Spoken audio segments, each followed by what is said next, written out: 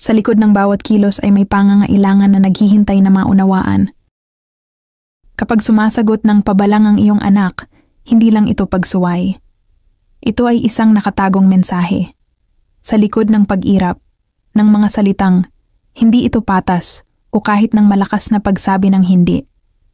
Madalas ay may sinasabi ang iyong anak na hindi pa nila alam kung paano ipahayag. Manatili ka hanggang sa huli dahil ipapaliwanag ko sa iyo kung paano gawing makapangyarihang pagkakataon para sa koneksyon, paglago, at respeto ang mga nakakainis na sandali ng pagsagot nang hindi ka sumisigaw, nagpaparusa, o nawawala ng kontrol. Unang bahagi, bakit sumasagot ang mga bata? Yung pagsagot ay hindi laging tungkol sa kawalan ng respeto.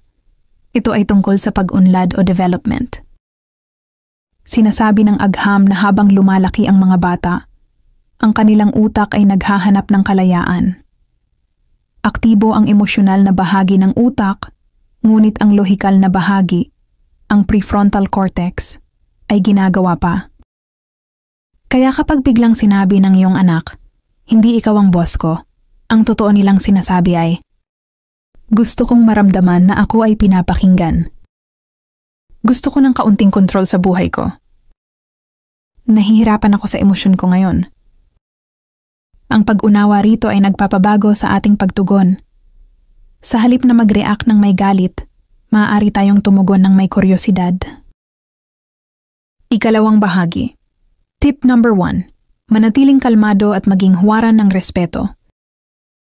Ang unang panuntunan ay simple. Huwag gayahin ang tono nila. Ipamodelo ang tonong gusto mo. Halimbawa, kung sumigaw ang iyong anak, hindi mo ako pinapakinggan. Sa halip na sumigaw pabalik, maaari mong kalmadong sabihin, naririnig kong galit ka. Gusto kitang pakinggan. Pag-usapan natin ito nang hindi sumisigaw. Bakit ito gumagana? Dahil natututo ang mga bata kung paano ayusin ang emosyon, hindi sa ating mga sermon, kundi sa kung paano tayo tumutugon sa init ng sandali. Ikatlong bahagi. Tip number 2. Tingnan ang saloobin sa likod ng salita. Ang pagsagot ay madalas isang sintomas, hindi ang tunay na problema. Ang isang batang nagsasabing, hindi ito patas ay maaaring nakakaramdam ng kawalan ng kapangyarihan. Ang isang teen na nagsasabing, hindi mo ako naiintindihan, ay maaaring nagsasabing, natatakot akong tatanggihan mo kung sino ako. Subukang magtanong ng malumanay. Ano ang dahilan kung bakit mo nararamdaman ito? Tulungan mo akong maunawaan kung ano ang nangyayari. Inililipat nito ang dynamic mula sa labanan tungo sa pagkonekta. Ika-4 na bahagi. Tip number 3. Magtakda ng hangganan ng may empathy. Maging malinaw tayo. Ang pananatiling kalmado ay hindi nangangahulugang hinahayaan na ang lahat ay dumaan na lang. Kailangan ng mga bata ang hangganan. Halimbawa, kung sumagot ang iyong anak nang hilingin mong linisin ang kanilang silid, maaari mong sabihin, alam kong ayaw mo itong gawin ngayon, ngunit ang respeto ay para sa ating dalawa. Kapag malinis na ang silid, maaari ka nang lumabas. Ito ay pinagsamang empathy at pananagutan na tinatawag ng mga psychologist na authoritative parenting. Ito ang estilo ng pagpapalaki na napatunayang nagpapalaki ng mga batang confident, magalang, at malaya. Ika-5 bahagi. Tip number 4. Magturo ng problem-solving skills. Ang pagsagot ay madalas na isang paos na pagtatangka sa paglutas ng problema. Kaya sa halip na parusahan, turuan sila ng mas mahusay na paraan. Maaari kang mag-roleplay.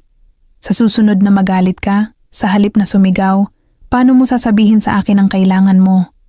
Kung hindi ka sumasang-ayon, anong mga magalang na salita ang maaari mong gamitin? Sa paglipas ng panahon, matutuklasan ng mga bata na ang respeto ay hindi kahinaan, ito ay lakas. Ika-6 na bahagi. Tip number 5. Palakasin ang koneksyon araw-araw. Ito ang sikreto na madalas hindi napapansin ng mga magulang. Ang pagsagot ay hindi lang basta lumalabas. Ito ay lumalaki sa mga bitak ng kawalan ng koneksyon. Gumawa ng maliliit na sandali ng koneksyon araw-araw. Minuto ng walang distraction na oras na kasama sila. Pagtatanong sa kanila ng ano ang pinakamagandang bahagi ng araw mo. Pagbabahagi ng sarili mong mga kwento nung bata ka. Kung mas matibay ang ugnayan, mas kaunti ang pangangailangan ng iyong anak na makipaglaban para sa atensyon mo sa pamamagitan ng negatibong kilos. Kaya sa susunod na sumagot ang iyong anak, tandaan, hindi ito isang digmaan na kailangang panalunan. Ito ay isang pag-uusap na kailangang gabayan. Manatiling kalmado. Tingnan ang likod ng salita. Magtakda ng matatag, ngunit mabait na hangganan. Magturo ng problem solving. At higit sa lahat manatiling konektado.